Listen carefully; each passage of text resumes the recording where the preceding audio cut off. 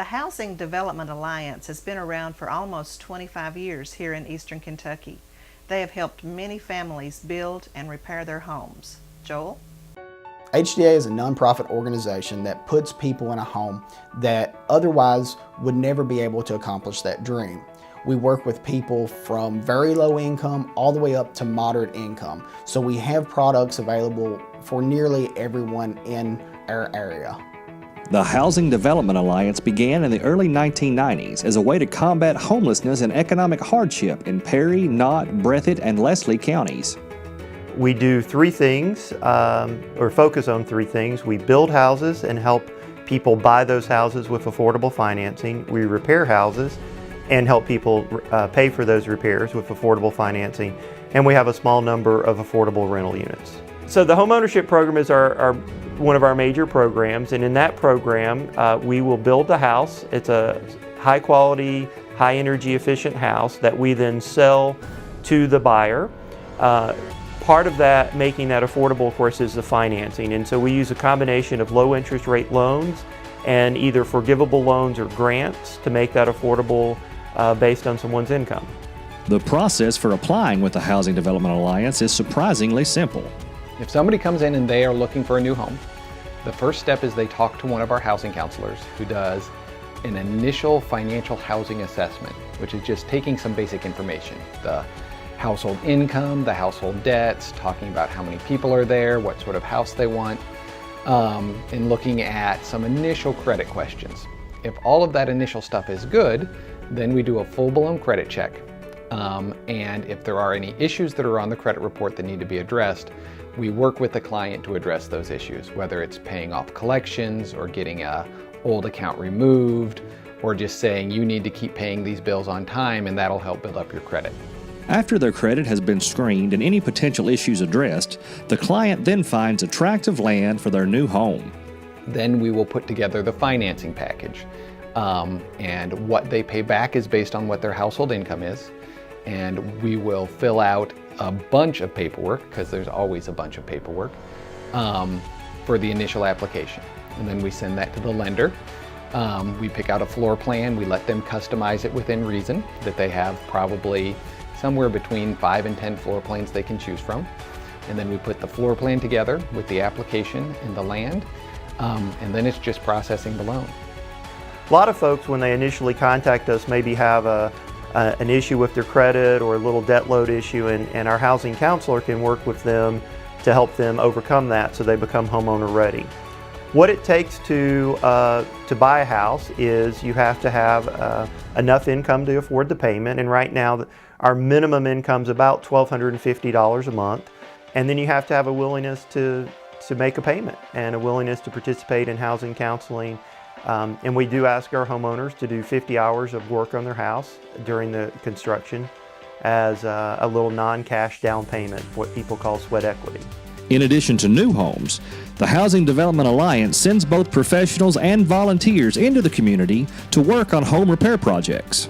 So we can do all sorts of repairs ranging from very small to pretty major. Typical repairs, we fix a lot of leaky roofs. A lot of folks need help with accessibility as they age, so we do a lot of ramps and retrofitting accessible bathrooms and that sort of thing. The way that process works is somebody who needs repairs contacts us. The housing counselors figure out what program they qualify for, and then we send out our estimator who comes out, finds out what needs to be done, prepares an estimate.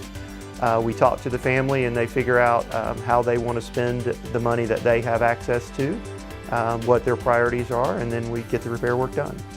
The qualifications for home repair are a lot simpler than the qualifications for new home construction. The two big questions are, do you own the house and do you live in it? And as long as you are income eligible, then we can probably find you a program. So for home repair, the range of incomes we can help is pretty broad. We have seen success for people that get as little as $400 or $500 a month up to people that are getting over $30,000 a year. For new home construction, it's a bit more nuanced, so we encourage people to call us, and that way we'll be able to talk to them about the program based on what their income is. For those who may have issues with their credit that prevent them from qualifying, the Housing Development Alliance has an in-house community development financial institution called Redbud Financial Alternatives. We noticed a while back that more and more people that were coming to us in need of housing were having trouble accessing our programs because of debt and credit issues. And a lot of times that was associated with high-cost lenders, predatory lenders, the payday loans, the buy here, pay here car lots, the rent-to-own furniture stores, all of which are extraordinarily expensive. So we've created what's called a Community Development Financial Institution, a CDFI, that will make loans to people to help them escape from that kind of high-cost debt trap.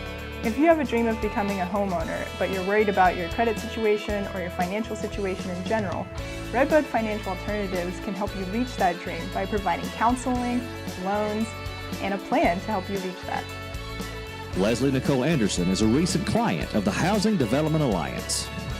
My house burnt down in 2010, and my credit it wasn't in the best shape, and someone was telling me about this program.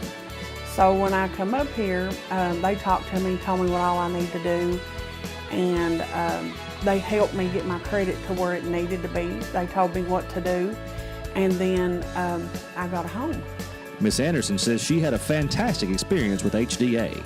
Everyone from the builders to the people in the front desk to the financial, everyone was super nice. If there's any questions, they didn't hesitate to, sit down and talk with me. If I wasn't for sure on something, they would, sit down and explain it to me. I had to put in like 50 hours, like sweat equity. And the men that I worked with, they were really nice. I'm not too handy, so I'd be like, what do you need me to do? So they would tell me what to do, and they would be like right beside me, that way I wouldn't mess up on nothing. And the quality is excellent on the houses. I love it. I've not had a bit of problem out of my house. I just really appreciate all the workers at the Housing Alliance from beginning to end, and I really want to thank you all, because without you all, I wouldn't have a roof over my head. With so many stories like Miss Anderson's, the HDA has made a huge impact on our community. So, I think when you talk about impact, you have to look at the different layers. Obviously, affordable housing, having a safe place to live, an affordable place to live, has a huge impact on an individual and a family. There are all kinds of studies that support that people who are living in a safe, affordable house, they do better in school, they're better employees because they're not worried about where they live or that sort of thing. They're more civically engaged. So obviously it's a big win for the family that gets a house. But it's also really good for the broader community. We employ 12 carpenters directly and a bunch of subcontractors and buy a lot of materials. In fact, every day on average, every working hour of every day, we spend $1,000 on construction, direct costs, material, labor, and subcontractors. We need a lot of jobs in the region, and so the construction activities are providing those jobs, and so that's a big win. A lot of our projects involve tearing down old dilapidated building and housing and replacing that with a new house. Our customers pay taxes to the local government, so that's good for the school districts. So it's just a real win-win situation. It's actually kind of a win-win-win, I guess, because you have the homeowners, the community, the neighborhoods, and all that who benefit. And over the years, HDA has left quite the impression on the region. So we have served about 2,300 people in the area, and that through homeownership, rehab, and our rental. That includes 250 new homes. We just sold our 250th. It was a great milestone. We have completed about 650 rehabs, and then, like I said, the 35 rental units. It works out to about 1 in 24 people in our service area have been served by the Housing Development Alliance. If you would like to get involved with the Housing Development Alliance, there are several ways for you to do so. One of the reasons we've been able to accomplish what we have is the support we've gotten from the community. We do several different work days during the year. We do a community house raising and a repair fair. And each year we have about 200 volunteers that come, local volunteers that come out and give up their time to help their neighbors. And we also have a lot of donors that have supported the work. And really what we've been able to accomplish is a testament to the support we've gotten from the local community.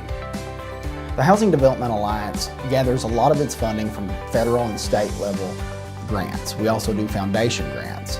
However, we're always needing more and more funding, and that's where everyday normal people, like the viewers of this show, can help the Housing Development Alliance through donations. For more information on Housing Development Alliance, give them a call at 606-436-0497. You can find them online at housingdevelopmentalliance.org. Here you'll find more information on volunteering and making donations. And you can check out their Facebook page at facebook.com/HDA Home. I'm Nina Harris, and I'm assistant professor at Frontier Nursing University, and I'm also a nurse midwife and a nurse practitioner. At Frontier Nursing University, it's more than an education, it's a calling. Answer the call.